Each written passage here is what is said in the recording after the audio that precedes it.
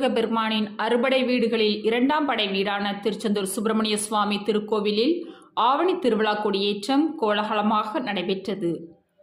திருச்செந்தூர் சுப்பிரமணிய சுவாமி கோவிலில் ஆண்டு முழுவதும் பல்வேறு விழாக்கள் நடைபெற்றாலும் மும்மூர்த்தியாய் முருகப்பெருமான் பக்தர்களுக்கு காட்சி தரும் ஆவணி திருவிழா சிறப்பு வாய்ந்தது. இதில் தமிழகத்தின் பல்வேறு மாவட்டங்களில் இருந்தும் பிற மாநிலங்கள் மற்றும் வெளிநாடுகளில் இருந்தும் பக்தர்கள் வருகை தந்து விழாவில் கலந்து கொள்வார்கள். இந்நிலையில் ஆவணி திருவிழா திருச்செந்தூர் சுப்பிரமணிய சுவாமி திருக்கோவிலில் கொடியேற்றத்துடன் தொடங்கி வெகு விமரிசையாக நடைபெற்றது.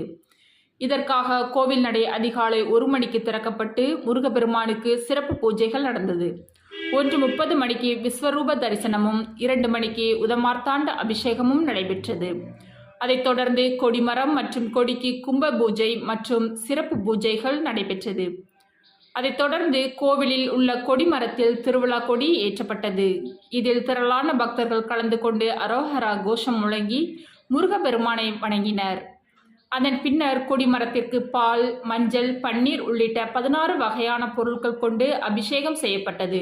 பின்னர் தர்ப்பைப்புல் கொண்டு அலங்கரிக்கப்பட்டு விசேஷ சோடச தீபாராதனையும் நடைபெற்றது.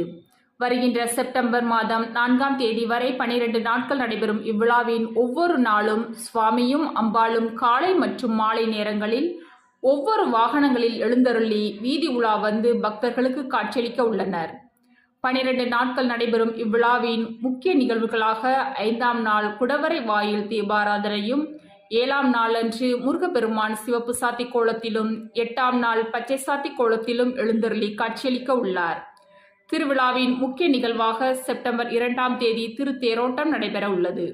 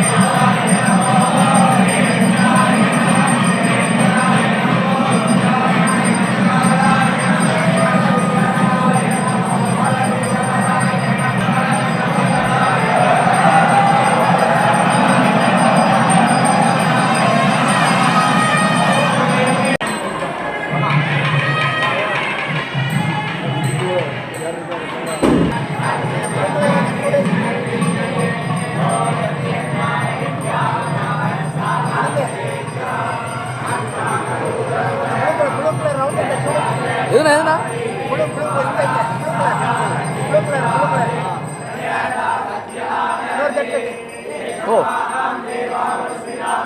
இதுவா